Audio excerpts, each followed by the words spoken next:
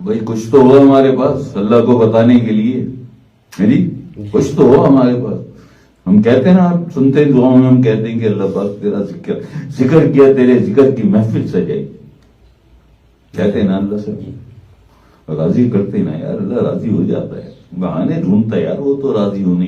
راضی کرنے والے تو بنو اسے، لاؤ تو صحیح سچا دل 24 کیرٹ، لاؤ تو صحیح سچا دل.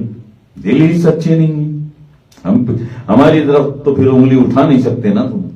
ہم نے تو کی پورے سچے دل اور سچی نیت کے ساتھ تمہارے لیے دعا، ہم نے تو کی اور پہنچی بھی.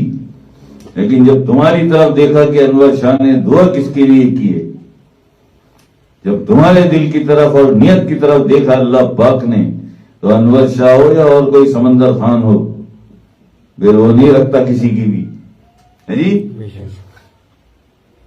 وہ دلوں کو دیکھتا ہے، وہ نیتوں کو دیکھتا ہے.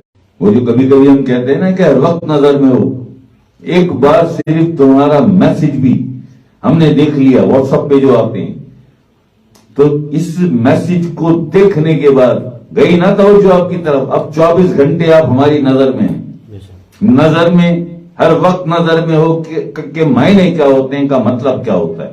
وہ مطلب یہ ہوتا ہے کہ ایک میسج بھی ایک لائن کا آپ کا ہمارے نمبر پہ ہمارے واٹس ایپ پر آیا، ہم نے وہ دیکھ لیا میسج، تو ہماری توجہ فوراً گئی اس طرف. کس نے بھیجا میسج، گئی نا توجہ. اب 24 گھنٹے وہ نظر میں. یہ ضابطے ہیں، یہ طریقے ہیں روحانیت کے، ہیں جی. اور جو بھی تمہارا شیخ ہوتا ہے یہ اس کے طریقے ہوتے ہیں کس طرح. اب ہم یہ جب کہتے ہیں کہ ہر وقت نظر میں ہو، تو تم شاید یہ سمجھتے ہوگی کہ جی ہر وقت انور شاہ صاحب ہمیں دیکھ رہے ہیں. اور نہیں ہوئے، یہ نہیں. اوپر کی ملائی نہ کھایا کرو، ذرا ڈیپ میں بھی جایا کرو، غوطہ بھی لگایا کرو، نیچے کھرچن بھی ذرا سمیٹا کرو. جی کب جاؤ گے نیچے، کب ملے گی کھرچن جس میں اصل مال ہے؟ کب ملے گی کھرچن؟